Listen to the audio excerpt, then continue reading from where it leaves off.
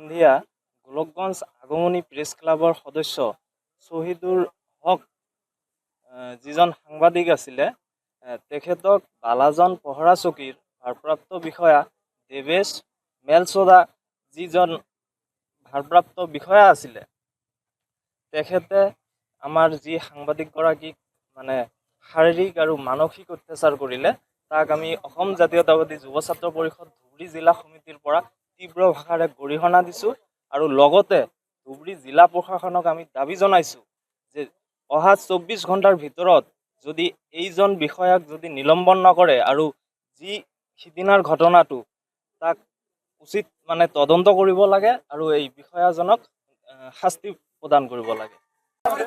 আয়োজন কৰাৰ মূল উদ্দেশ্যই হ'ল আমি যথেষ্ট নিৰাপত্তাহীনতাত ভুগিছোঁ, কাৰণ যেতিয়া 14 ফেব্ৰুৱাৰীৰ নিশা 8 বজাত আমাৰ এজন সাংবাদিকে বজাৰ কৰিবলৈ গৈছিল বালাজন বজাৰত। বালাজন বজাৰৰ কাষতে হঠাৎ তেনে অৱস্থাতে উপস্থিত হয় বালাজন আৰক্ষী চকীৰ যি ভাৰপ্ৰাপ্ত বিষয়া দিবাস মালচোদাই বিভিন্ন অবান্তৰ কিছুমান প্ৰশ্ন কৰে যে নথি পত্ৰ লাগে, বাইকৰ নথি পত্ৰ খোজকাঢ়া কৰা মানুহ কেনেকৈ বাইকৰ নথি পত্ৰ লৈ ঘূৰিব। বাইকৰ নথি পত্ৰ দিব নোৱাৰাৰ কাৰণে তেওঁক চোঁচৰাই টানি লৈ যোৱা হয় থানাত, আৰু থানাৰ ভিতৰত তেওঁক মানসিক অত্যাচাৰ কৰা হয়, শাৰীৰিকভাৱে অত্যাচাৰ কৰা হয়, তাৰ চৰ বুকু সদোৱা হয়। তাৰপিছত যেতিয়া ঘৰত যাবলৈ দিয়া হয় 3 ঘণ্টাৰ পিছত তেওঁক কিন্তু পিষ্টল টোৱাই হত্যাৰ ভাবুকি দিয়া হয় যদি ঘটনাটো কাৰোবাক অৱগত কৰা হয়।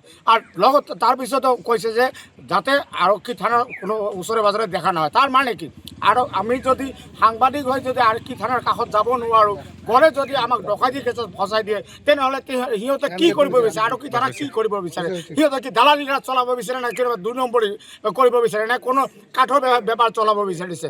আজি যি আমাৰ সন্দেহ হৈছে যে তেওঁ দীৰ্ঘ কিছুদিনৰ পৰা যি শালকাঠৰ বিৰুদ্ধে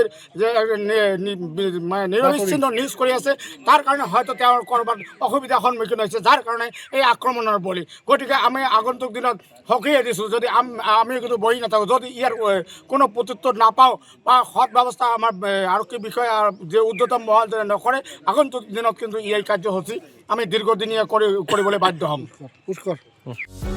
যিকোনো খবৰৰ বাবে যোগাযোগ কৰক আমাৰ এই নম্বৰত 9181 307 221।